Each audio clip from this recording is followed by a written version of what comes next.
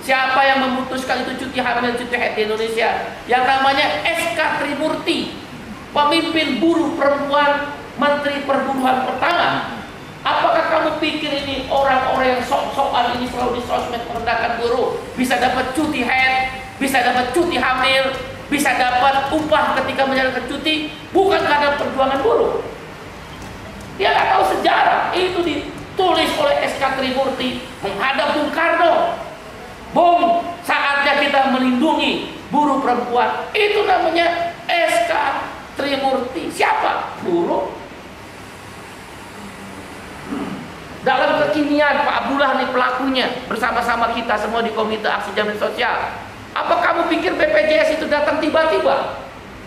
Dulu orang miskin ditolak di mana berobat. Dalam mobil saya kutip, seorang ibu pemulung sakit, anaknya taruh di gerobak, ada 2. Dia pergi ke rumah sakit Persahabatan di mana di Rawamangun, ditolak. Dia pergi ke rumah sakit Usada tuh jalan kaki 9 jam.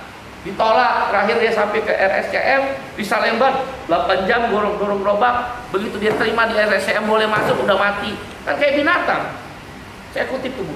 Kamu ingat bagaimana seorang bapak di KRL membawa jenazah anaknya? Ya kan ada itu, Kompas coba. Terkenal sekali itu, viral. Bawa anak di KRL bolak-balik karena ditolak di rumah sakit mana-mana dan dia nggak punya uang untuk pemakaman. Orang KRL di Jabotabek itu, KRL Jabotabek gempar ya. Siapa yang merubah itu? Yang namanya Komite Aksi Jaminan Sosial, Pak Abdullah, kamu, kawan-kawan Bekasi, kita yang ada di SPMI, KSPI, KSPS, Bung Andi, semua kita yang merubah, bukan kita yang nyombong. Jam 2 pagi, 28 Oktober 2011. Sejarah mencatat sampai jam 2 pagi. Karena waktu kita berazan, kalau tidak ditandatangani sampai jam 2 pagi, kita rubuhin itu pagar, kita kuasai gedung DPR seperti tahun 94. Siapa yang BPJS? Buruh. Hari ini boleh jadi masih ngantri, itu persoalan administrasi. Tapi nggak ada lagi rakyat yang ditolak. Kalau kamu sakit, ayahmu atau ibumu sakit, cuci darah, jantung, baru terasa betapa pentingnya BPJS. Tanya orang-orang miskin. Kalau nggak ada BPJS, ditolak nih semua orang dapat pandemi COVID. Siapa yang merubah? Itu yang saya dapat penghargaan internasional itu, Pak. Jadi ada 10 tadi dari 200 orang, 67 negara, 39 mati. Dari Honduras, dari Kolombia, dari Maroko, dari Korea Selatan, dari Eropa Timur, satu-satu nggak mati. Saya tanya, kenapa saya dipilih? Karena kamu bersama kawan-kawanmu di Komite Aksi Jaminan Sosial. Pak Abdullah, terima kasih Pak Abdullah. Semoga jadi amal budi Pak Abdullah dan Pak Saidun dan kawan-kawan semua. Kamu merubah secara radikal. Eropa, dia bisa jaminan sosial itu 100 tahun. Amerika harus perang saudara dulu. Abraham Lincoln barulah memutuskan jaminan sosial. Otto von Bismarck, seorang kaya yang menjadi Perdana Menteri Jerman, itu tahun 1800, abad 18. Setelah 1600 dan 1700, Renaissance, bangsa Eropa itu ditindas. Bikinlah Otto von Bismarck. Kamu dalam ukuran 2 tahun kan Pak kita? 2010, 2010 disahkan 2010. 2 tahun radikal itu kan. Dan mereka kaget, unlimited biaya. Kita unlimited biaya loh. Waduh, nangis darah tuh, tanya tuh Andi. 100 juta sekali masuk. Apalagi cuci darah. Waduh. Nangis Bombay dia, nangis India. Sekaya apapun pasti miskin. Siapa? Bukan kita ingin sombong. Buruh. Masih mau rendah diri, masih mau tetap menunduk. Jangan. Harus berdiri Pak. Bapak itu sudah orang hebat Pak. Benar, saya ini aja pion yang Bapak didik.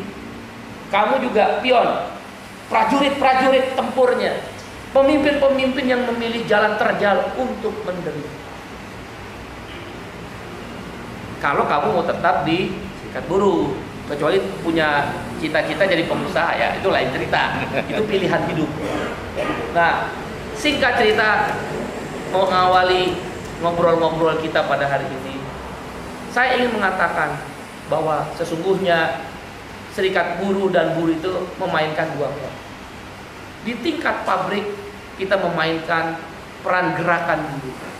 Itulah kita bikin perjanjian kerja bersama. Karena kalau nggak ada perjanjian kerja bersama, eksploitasi. Ingat nggak kita ngurusin tong yang dulu sepanjang jalan Kalimalang, itu eksploitasi.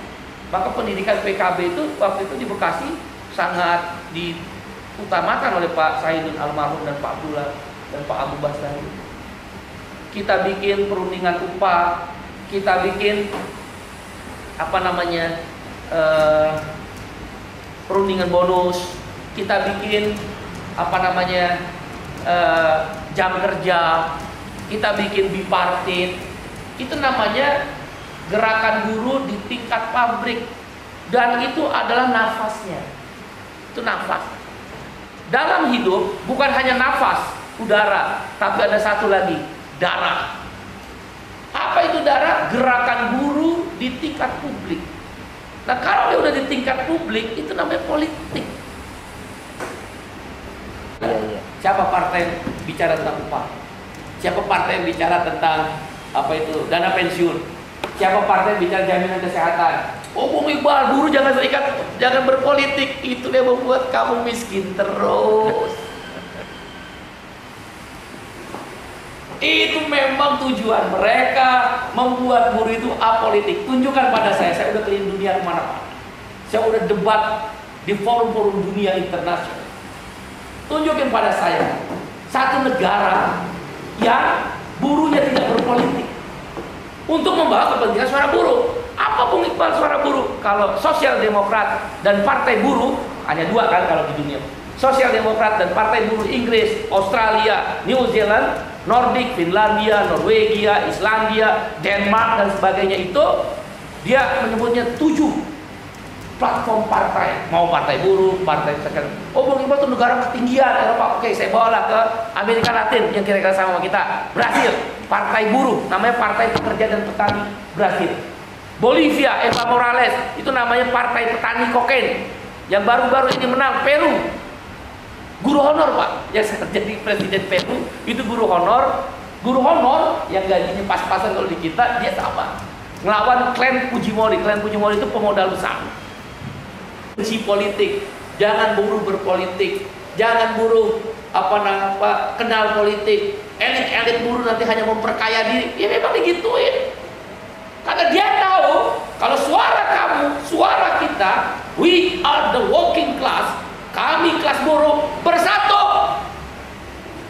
Nyerah mereka, karena kita akan ngomong lapangan kerja, kita ngomong anti korupsi, kita ngomong upah, kita ngomong jaminan pensiun, kita ngomong jaminan kesehatan, kita minta pajak. Berapa pajak? Dari total pajak misal 1.500 triliun, berapa dari buruh? 300 triliun, 300 terhadap 1.500 berarti 1/5, 20%. Redistribusi 20% dari pajak itu. Ada nggak ya waktu itu? Boleh nggak? Sangat boleh. Kami nyumbang 300 triliun, kok buat kami nggak ada? Partai buruh bisa ngomong gitu. Gitu, Pak. Ini saya ikut the Bundestag di Jerman, saya ikut. Miris saya. Andaikan negeri ini yang begitu kaya, tanah surga yang Allah taruh di bumi itu namanya Indonesia. Di Timur Tengah punya minyak, kita punya. Tapi Timur Tengah nggak punya laut, ikan maksudnya ikan, nggak punya hutan tropis, nggak punya emas, nggak punya tembaga. Di Afrika ada emas, kita gunung emas, anggotanya Pak Abdullah tuh Freeport. Grassberg, Gutenberg, ada satu lagi Nelsberg, kalau nggak salah ada 3 gunung emas. Tapi Afrika nggak punya minyak, Afrika nggak punya ikan. Eropa Tengah punya ikan terbesar dan terbaik di seluruh dunia ada di Labuan Bajo, Raja Ampat di Indonesia. Ini tanah surga yang Allah kasih. Kenapa buruhnya tetap? Itu aja pertanyaan saya. Kuatin serikat buruh, betul. Tapi serikat buruh kita fragmentasi. Satu-satunya menyatukan gerakan buruh menurut saya Pak Abdullah. Makanya saya ajak Pak Abdullah itu karena bagi saya penting. Pak Abdullah ini orang penting dalam kalau benar-benar ada partai buruh, bagi saya penting. Satu-satunya tempat kita bersatu di partai buruh, apapun namanya. No or never. Sekarang atau enggak? Oh, Bung Iqbal ngomongnya nggak apa-apa. Dulu saya jadiin SPM juga dari omongan, tanyanya Pak Bung